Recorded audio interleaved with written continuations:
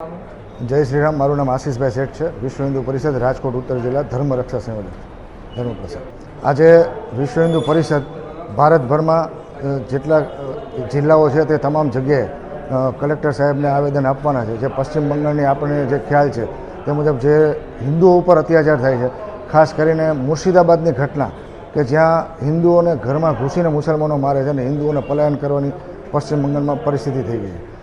એ અનુસંધાન અમે કલેક્ટર સાહેબને આવેદન આપવાના છે અને આવેદન થ્રુ અમારી એવી માંગ છે કે પશ્ચિમ બંગાળની અંદર તાત્કાલિક ધોરણે રાષ્ટ્રપતિ શાસન લાગુ પડે, સાથે સાથે રોહિંગ્યા મુસલમાનોને ગોતી અને તેમની હાકલપટ્ટી કરવામાં આવે અને જે બાંગ્લાદેશથી રોહિંગ્યા મુસલમાનો ઘૂસણખોરી કરે છે તેમને ગોતી, અત્યારે આપને ખ્યાલ છે એ મુજબ એ મુસલમાનો બોગસ આધાર કાર્ડના આધારે ભારતમાં ઘૂસી જાય છે અને હિન્દુઓનો નરસંહાર કરે છે.